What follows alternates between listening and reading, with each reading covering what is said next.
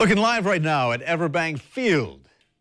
Jags fans not very happy this morning. I can't imagine that Shad Khan is either. Jaguars' 2017 schedule was released. 7 of the team's 13 opponents had losing records in 2016. There are only 3 playoff teams to face this season.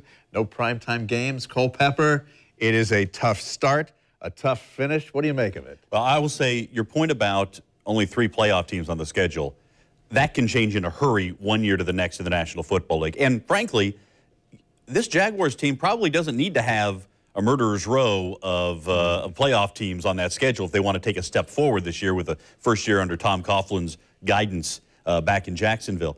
No primetime games was a surprise because basically they've always done primetime games for every team. This year, not the case for Jacksonville and not the case for Cleveland. Those are the only 2 teams in the league that don't have a primetime game. That sort of tells you what the league thinks of Jacksonville in terms of their chances on the field. Probably also says something about how they're treating smaller markets at this point, trying to get those big TV ratings in those primetime games. But you mentioned some of the key games on the schedule.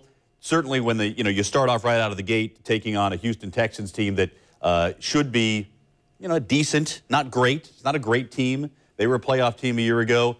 Home against Tennessee. That's the only game in Jacksonville in the month of September. Then they go to London. No bye week after the London game. That's they play the Ravens. Have the bye week for Georgia, Florida. They'll have the bye week, October 29th.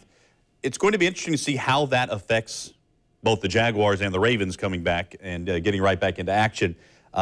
Those first 4 games are going to be important for the Jaguars to get off to a good start because they only have 2 games at home in Jacksonville before November. Okay, here's what you said.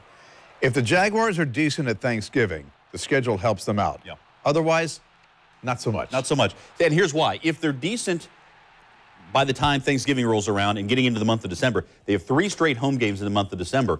So, hey, let's say they're 5-6 after 11 games, and they've got 3 straight at home, then take on San Francisco, who's one of the worst teams this past year. Don't expect them to be that much better this coming season, and then finish on New Year's Eve against the Tennessee Titans.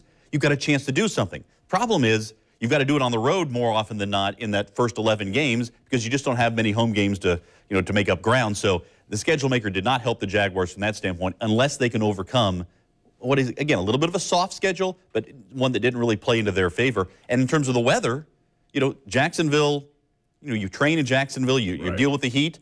You only have 2 games at Everbank Field in the first 2 months of the season. You don't get a chance to really utilize the heat as another weapon against the opposing team. But the fact of the matter is that nothing in the first 5 weeks favors the Jags. You're Shad Khan on the phone with Roger Goodell. What's that conversation going on? Hey, help us out here, Raj. Obviously, Goodell is not the one who's putting the schedule together. But, yeah, they've got to get some help somewhere along the line because it is not helping the Jaguars at all. Now, the schedule maker does not say, how can we help this team or hurt that team?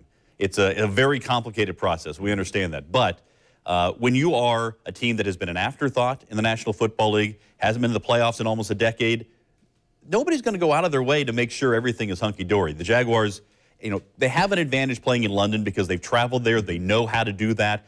Other teams that go there don't necessarily have understand how to do that. So that could be a benefit for them. But when you only have 7 games in your home stadium, and only 2 of those are in the first 2 months of the season, boy, it's a lot of work to do. It's a lot of work, and let's not mince words. Ticket sales will be a concern, too, if they don't do well. Yeah. You can check out the entire Jags schedule on newsforjax.com.